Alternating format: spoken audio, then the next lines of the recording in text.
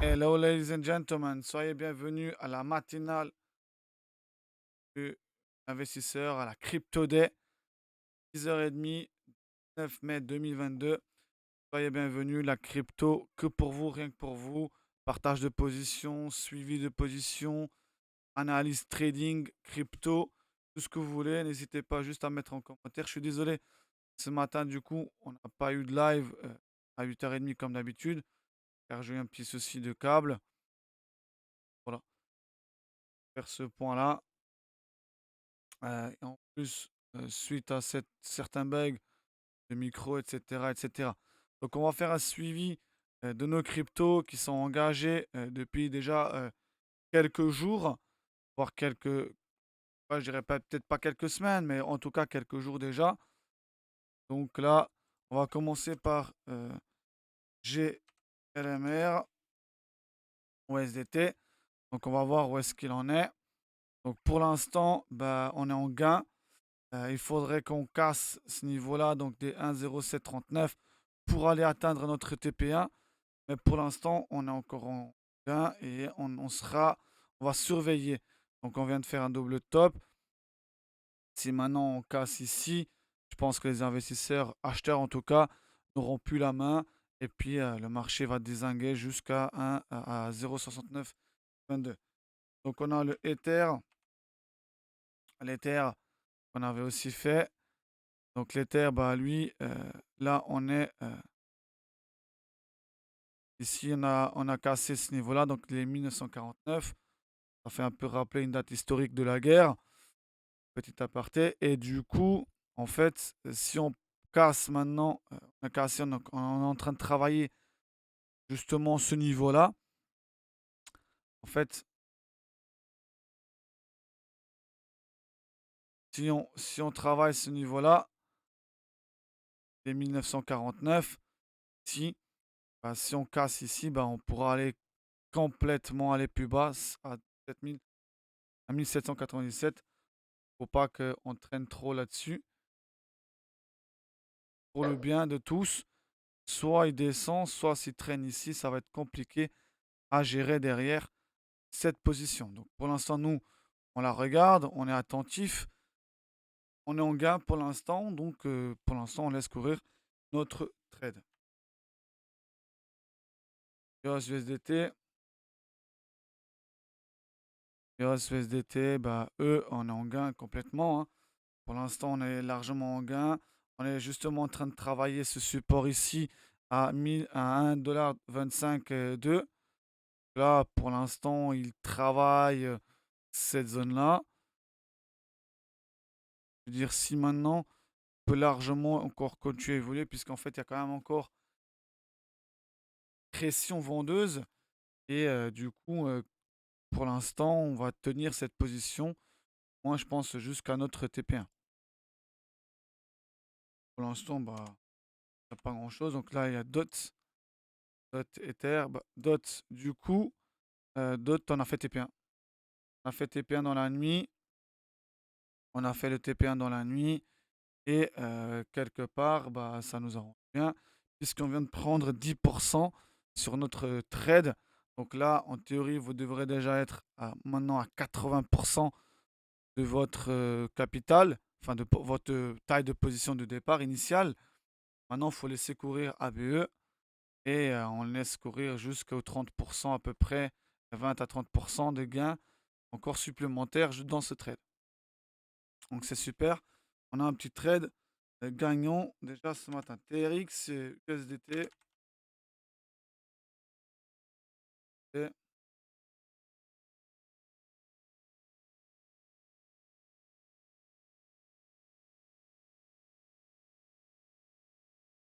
et eux, pour l'instant, c'est en période, en drawdown de baisse, enfin de perte en tout cas. On est revenu chercher un peu le point d'entrée, on a cassé encore un petit peu. Il faudra exactement qu'on casse ici, hein. Il faudra qu'on casse cette zone-là. Et 0,067777. Et du coup, bah, faudra vraiment qu'on vienne chercher après notre TP1 qui est beaucoup plus bas. Donc, mais c'est un trade qui est long. Ça va pas se faire du jour au lendemain. sauf, je dis bien sauf, et si sauf, on fera concrètement une sell-off sur le BTC, l'Ether, etc., etc. Si le marché commence à dézinguer et à descendre, là, c'est sûr que ça va être hyper compliqué. Dodge, et Dodge USD.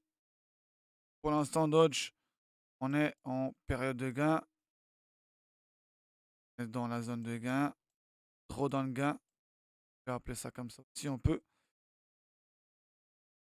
Et où on a déjà cassé le point d'entrée, on a presque cherché notre TP1, on a fait à peu près 5-6% à mon avis depuis notre point d'entrée. Donc là, on est reparti un petit peu à la hausse. Mais là, on refait une bougie baissière en H2 qui peut être intéressant pour relancer justement si elle fait un avalement ici de ce niveau-là et 0,0840 peut vraiment décaler Ripple, PUSD. Ripple, eux, pareil. Donc on est en zone win. On n'est pas très loin du point d'entrée. On a fait un petit gain ici pour l'instant. On a failli, vraiment se faire stopper là. Ça repartit de nouveau vers la baisse. Pour l'instant, le marché continue de décaler à la baisse. Sinon, il n'y a pas grand-chose à dire sur le Ripple. Je ne fais pas vraiment une grosse analyse sur ces cryptos-là parce qu'en fait, moi, je travaille juste simplement une méthode et puis vous créez des zones. Je peux très bien vous dire, voilà, la zone de 60 sur Solana, c'est une zone de vente, oui.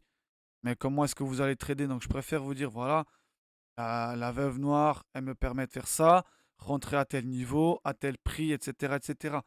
Et d'ailleurs, je vous encourage fortement à vous inscrire. Le lien, il est sur le chat pour notre webinaire gratuit où je vais vous apprendre à trader la veuve noire en partenariat justement avec FXFlat. Le 30 mai à 18. Donc, on avait. Donc, Solana, par contre, on était stoppé. Solana, on a perdu 7%. Là, il y a ça aussi. Il n'y a pas que des gains. Solana, donc là, on a perdu 7%. Après, on avait FTT.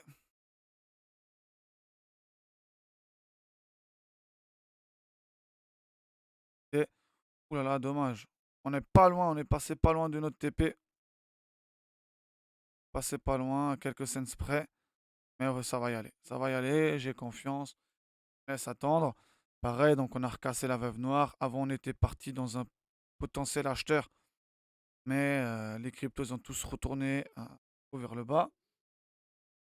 Et pour l'instant, du coup, ben, c'est plus baissier que haussier. Là, pour l'instant, il n'y a rien. Donc, le Litecoin, on avait fait TP. Euh, ça. Et Ada, on a été stoppé. C'était clair, sûr même. Puisque, en fait, on a perdu encore 5% sur ADA. C'est dommage. C'est pas grave. N'hésitez pas si vous avez des questions, si vous avez des cryptos que vous voulez qu'on analyse. On va faire un tour des informations, actualités, crypto et autres. Pour voir comment passe la journée. Donc, actualité crypto. Le web, tout le monde parle déjà du web 3.0. Apparemment, ce serait Ether qui dominerait déjà les blockchains, etc., etc. Donc, le Bitcoin continue à affaiblir. Et ce que je disais hier, justement, dans le Crypto Day, tant qu'on n'arrive pas vraiment à garder une belle clôture au-dessus des 30 000, ça va être hyper compliqué. Déjà bien baissé sur le BTC, mais on n'arrive pas à se stabiliser, en tout cas au-dessus. 30 000 $. On est pas un coup oui, un coup non. Bah, la preuve, c'est qu'aujourd'hui, dans le BTC a aussi une position pour l'instant engagée, qui n'a pas encore été stoppée. Donc on était rentré là à 31 581. On a fait déjà, c'est la deuxième fois qu'on vient chercher le TP1, donc à 29 032. Donc pour l'instant, on garde notre trade et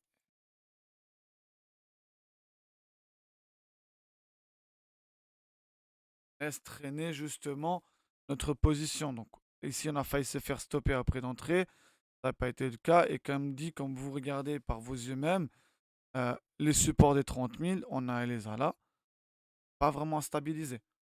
Pour l'instant, tant qu'on n'arrive pas à stabiliser justement au-dessus de support vraiment avec une belle clôture et tout ça, ça va être compliqué. Ça va être hyper compliqué. Donc, pour l'instant, je cherche, je serais moyen frileux à acheter du BTC, de l'Ether, etc., etc.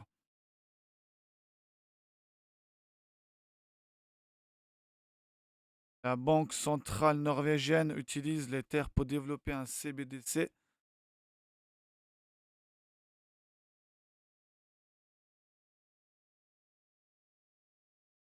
Certains qui sont candidats à détrôner l'Ether, mais à voir. Il y a Solana, il y a ADA, Cardano, qui essayent de justement détrôner cette place Ether.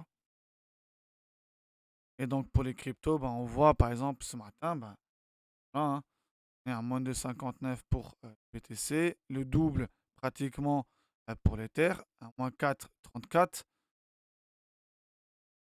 Bon,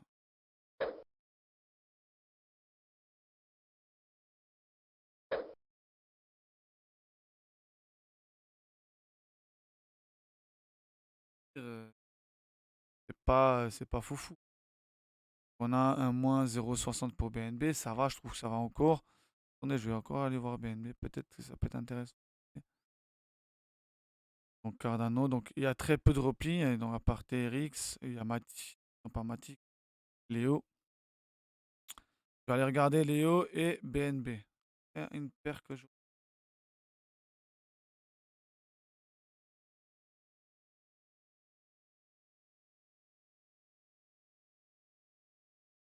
BNB SD. Vous voyez, donc BNB a bien repris. On s'est recroisé donc la veuve noire. Pour l'instant, il n'y a pas grand-chose. H4. En H4, on pourrait rentrer cette position-là. Ceux qui connaissent la veuve noire, ils seraient rentrés là. Mais, période de droite perdante.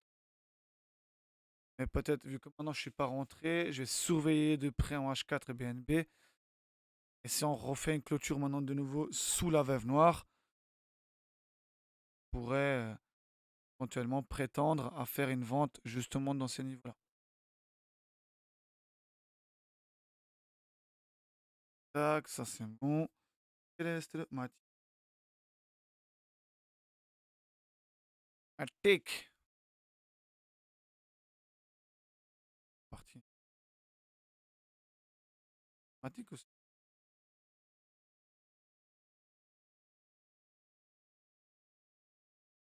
Polygon.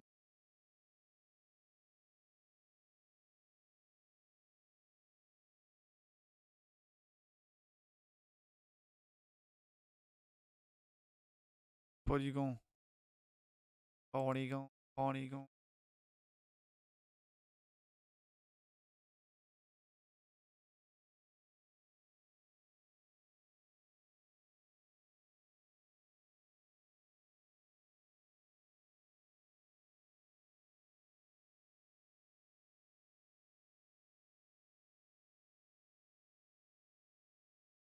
Maintenant, je vais peut-être y réfléchir pour racheter déjà, commencer à racheter quelques manas, donc pas très très très longtemps.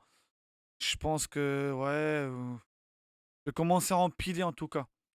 À empiler dès que j'aurai peut-être les premiers signaux, etc. Je vais peut-être commencer à empiler du mana.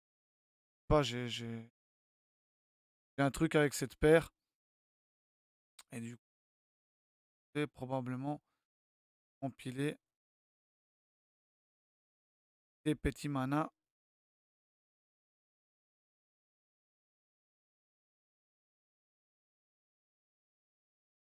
Ça, c'était zéro faute sur les indices. Là, mana et Léo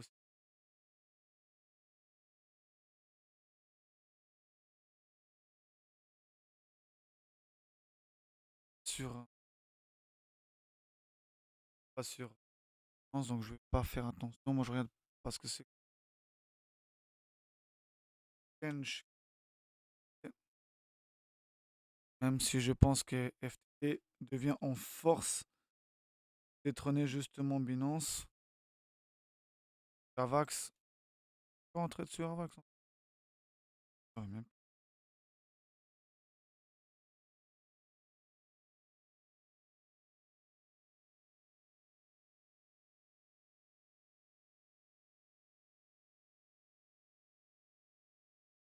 pour l'instant, on a le trade chez Avax.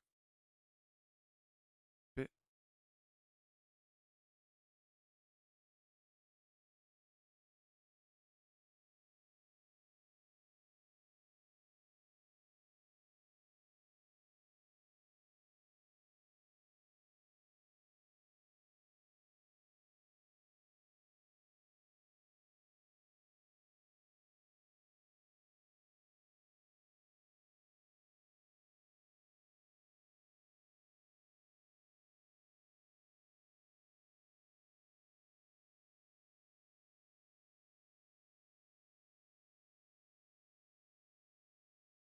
Avax n'a pas encore fait notre TP.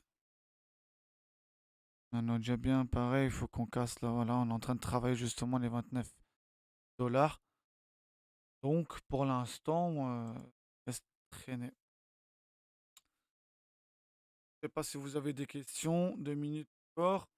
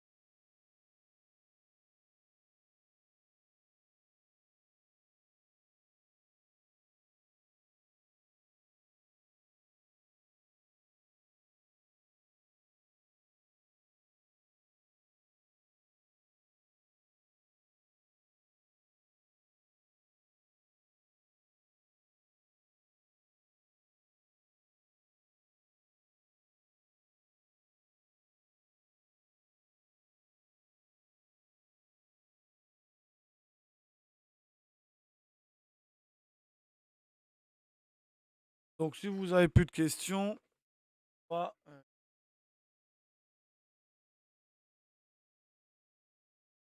va clôturer le Crypto Day d'aujourd'hui. Et je vous encourage à vous inscrire au webinaire du 30 mai. La Veuve Noire, ça va clairement donner offerte, les paramètres, comment on travaille, ça va prendre comble, sans aucune tricherie, sans rien du tout. Pas vraiment à vous inscrire. Sur ce, merci à French Trader qui s'est aussi abonné à la chaîne. Donc, take care, ciao et... Ouh